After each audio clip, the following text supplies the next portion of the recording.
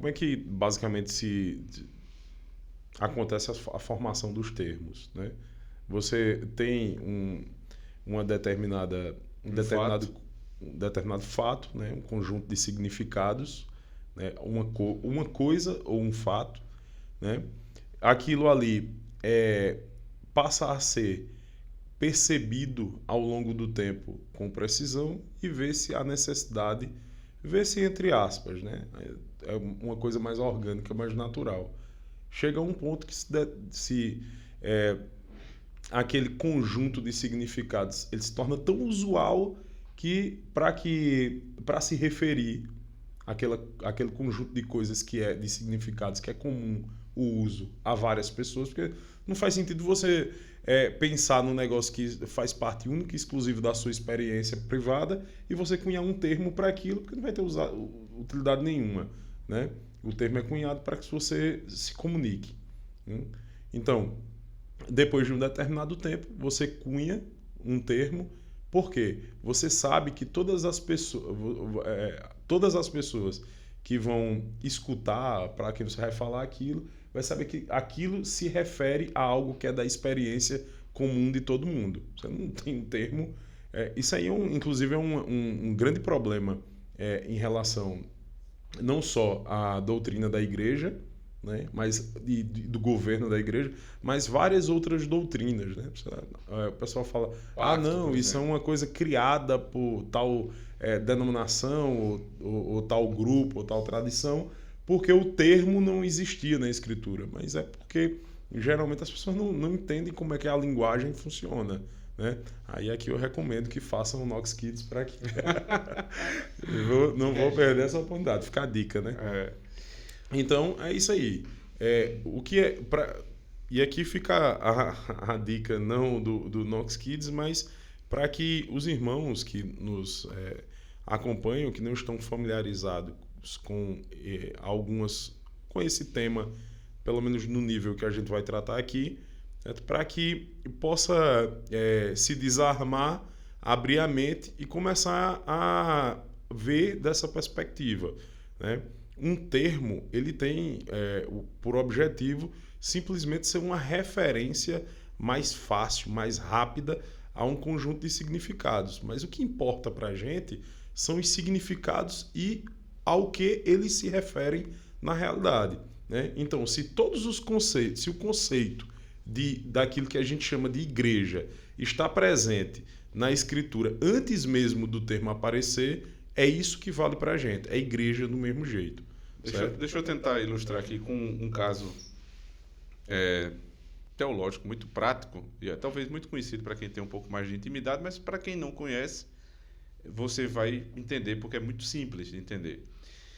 Existe um livro, que inclusive foi o primeiro livro que nós estudamos lá na igreja, O Cristo dos Pactos, de Palmer Robertson. Esse livro, ele define pacto como aliança, como um pacto de sangue soberanamente administrado. E aí ele lança à luz da própria confissão de fé, para ser redundante, né? Os padrões de Westminster, apontando o primeiro pacto como o pacto das obras, que Deus fez com Adão. Então, Adão deveria guardar o jardim e cultivá-lo, e se ele fizesse isso, ele viveria, né? Então, é um pacto soberanamente administrado, porque Deus estabelece os termos. E existem dois lados, por isso que há um pacto. Mas Deus diz também que se ele não obedecer, se ele não guardar o jardim e comer do fruto proibido, então ele vai morrer, ou seja, é um pacto de sangue.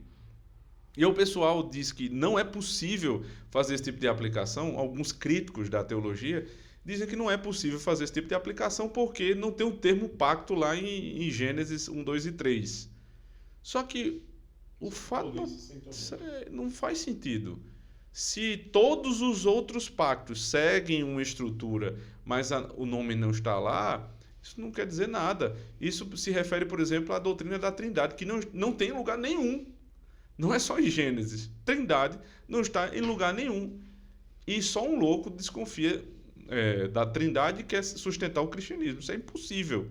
Ou seja, os termos, eles vêm depois da coisa em si. A coisa, a pessoa, o fato. os fatos eles são reais, e aí se lança mão de um termo para definir aquilo que já existe.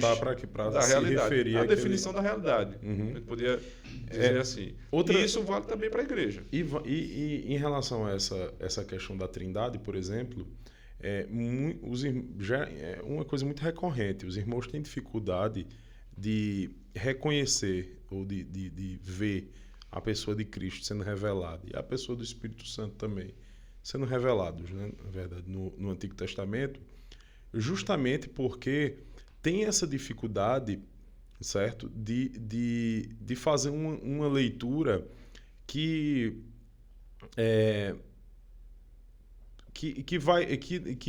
de uma descrição muito mais do que só a percepção de um termo. As pessoas não conseguem entender o que leem mesmo, a verdade é essa. Mas por que isso acontece? Certo? Porque é fácil, quando você entende como é que a língua funciona, perceber que Cristo está claramente revelado no Antigo Testamento, que o Espírito Santo está claramente revelado no Antigo Testamento. Por quê? Você olha para o Novo Testamento, já que a mentalidade da gente é mais formada a partir do Novo Testamento, certo? Tá mais os termos estão usados, né? Está sendo chamado lá Jesus Cristo, o Filho de Deus. Os nomes estão dados, né? Então, para fazer esse caminho inverso, porque na verdade o que era para acontecer era o seguinte: a gente vê o personagem aparecendo em todo o Antigo Testamento com vários nomes, e no final das contas a gente dizer, rapaz, era o tempo todo Cristo que estava aparecendo com este nome, com esse título e etc. Mas para fazer o caminho inverso, para que os irmãos que conseguem perceber Cristo claramente no Novo Testamento, mas não conseguem no Antigo, é justamente isso. Veja o que o Novo Testamento fala a respeito de Cristo, pegue isto aí e associe a um personagem que várias vezes está aparecendo na Escritura com outro nome. Por exemplo, quando o anjo do Senhor aparece várias vezes a vários homens, a vários filhos de Deus, a patriarcas, a profetas, a reis. Ou seja, as qualidades que estão sendo atribuídas àquele anjo do Senhor são qualidades que o Novo Testamento dizem que são qualidades da pessoa de Cristo, que são características da pessoa de Cristo, e não só da característica do ser dele, né? Ou seja, aspectos ontológicos da pessoa de Cristo, mas também da obra dele, certo? Então, se você olha para o Antigo Testamento e vê alguém fazendo alguma coisa que é próprio de Cristo fazer, então é óbvio que o texto está se referindo ao próprio Cristo. Só que o grande problema é que a gente tem uma ideia de que o Novo Testamento ele é superior, aliás, o texto do que o editor da Bíblia, né, não inspirado, colocou, né, em cada uma dos textos anteriores e posteriores a Cristo, diz que este está sobre aquele de tal forma que um muda o outro. E não é isso. O que é o Novo Testamento? Aquilo que a gente chama de Novo Testamento. Não existe essa nomenclatura que, inclusive, causa confusão. Porque o que a Escritura fala a respeito de testamentos é a respeito das administrações do pacto, e não do livro. É tanto que a nossa confissão de fé ela chama Antigo e Novo, o que a gente chama de Antigo e Novo Testamento, certo? Como ambos sendo palavra de Deus, igualmente regra de fé e prática. Agora, o que é que continua e o que é que descontinua? Aí são questões não relacionadas ao texto, mas relacionadas aos pactos que são administrados antes e depois de Cristo. Então, como era para a gente ler a Bíblia? Era como os judeus que escutaram a pregação dos apóstolos e creram. Eles estavam o tempo todo ouvindo a respeito de 3 personagens que tinham unidade de divindade durante toda a Escritura, que era o Pai, o Filho e o Espírito Santo. Estavam o tempo todo agindo e sendo revelados pela palavra de Deus. Quando chega no Novo Testamento, é dizer assim, ó, aquele anjo de Deus, aquele mensageiro, aquele profeta que aparecia para os profetas, aquele grande profeta que aparecia para os profetas, que aparecia para os pais, o nome dele, a gente agora chama ele de Jesus Cristo. Deixa eu fazer uma provocação aqui. Para quem está achando uma conversa muito complicada, vamos jogar lá para o Nox Kids agora. O professor Leandro, ele faz isso aí com os alunos. Eu queria pedir ao professor Leandro que primeiro ele fizesse uma exposição rápida do que é signo, significado e referente, né, para que isso fique claro em termos pedagógicos, e em seguida mostrasse aquele tipo de trabalho que você faz lá, os exercícios com os alunos, onde você apresenta uma estrutura textual para alunos bem pequenininhos, apresenta, em primeiro lugar, as letras, vai dando as ferramentas para que ele possa decodificar, e depois faz perguntas que seriam perguntas até complexas se nós fôssemos analisar a estrutura do texto, a sintaxe do texto, mas que a criança não faz distinção nenhuma dos termos que os diferencia, mas ele consegue identificar. Se você puder explicar um pouquinho, eu acho que vai demonstrar para todo mundo que o que a gente está falando é muito fácil. Então, o que a gente trabalha com as crianças? Primeiro, né, a gente vai apresentar os símbolos lá, né? Mostrar para a criança que cada letra tem um nome, tem várias formas, né? Enfim, que essas letras vão ter um som, então a criança vai estar aprendendo a decodificar aqueles símbolos ali. E aí, a partir do momento que a criança aprende a decodificar o símbolo, ela tem que saber que aquele símbolo ali ele está se referindo a alguma coisa, né? Então, vou ter que trabalhar a questão de significado com eles, certo?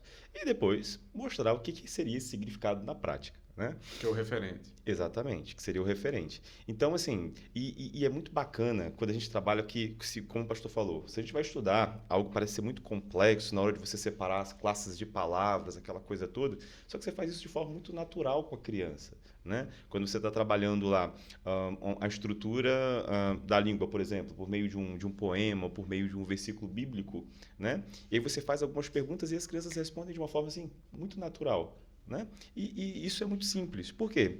Eu estou trabalhando com elas, partindo de um ponto um ponto acessível para elas da língua, né? E aí eu vou fazendo perguntinhas retóricas para elas ali, como aqueles exemplos que a gente faz do texto, né? Um exemplo muito simples aqui. O sapo pulou na lagoa, né? Quem pulou na lagoa? O sapo. O sapo fez o quê? Pulou na lagoa. Você vai fazendo esse tipo de trabalho com a criança para que ela consiga entender, né, depois o que ela está lendo. Aí lá na frente, quando a criança já tiver, a gente for trabalhar nas questões morfológicas e sintáticas da língua, vai fazer mais sentido para a criança toda a análise que ela vai fazer para poder entender e tirar aí, ter uma boa interpretação do texto, né? Entendendo de fato o que aquela palavra significa. E aí é interessante, né? O pastor colocou a bola aqui para a questão da escola, mas estava aqui pensando quando a gente estava falando a respeito do significado. Isso explica muito porque hoje existe tanta confusão até no meio da igreja pelo fato de não entender direito o significado de que é a igreja, né? Essa falta de definição do que é a igreja. Por isso que se você não tem uma definição, né? Se você não tem lá, você não consegue decodificar esse símbolo e entender o que de fato ele significa. Ou seja, o pessoal tem um signo, que é a palavra igreja. Está no imaginário de todo mundo. Exatamente. Mas o significado, que é a primeira parte do nosso programa, pouca gente sabe. Sim. Consequentemente, na hora de olhar na prática e distinguir uma coisa da outra, vai ficar muito difícil. E aí, por isso que tem essas confusões. Por exemplo, quando todas aquelas implicações que a palavra igreja tem, né, como, por exemplo, sua liderança, aquilo que Deus, de fato, constituiu. E aí você vai ver pessoas que se rebelando contra a liderança da própria igreja e, às vezes, se ignorando por ignorância também, por não saber o papel da liderança da igreja. Então, eu com certeza, esse assunto é um assunto que, de fato, precisamos tomar consciência, né, do que é a igreja, o papel da igreja na sociedade também. Não do jeito que a gente ouve muito falar hoje, né? A igreja precisa ser relevante, isso e aquilo. Sim, mas de uma forma consciente, de uma forma bíblica, né? O que a gente vê hoje aí são outras coisas, pelo fato de não conseguir entender o significado correto, né, da palavra igreja.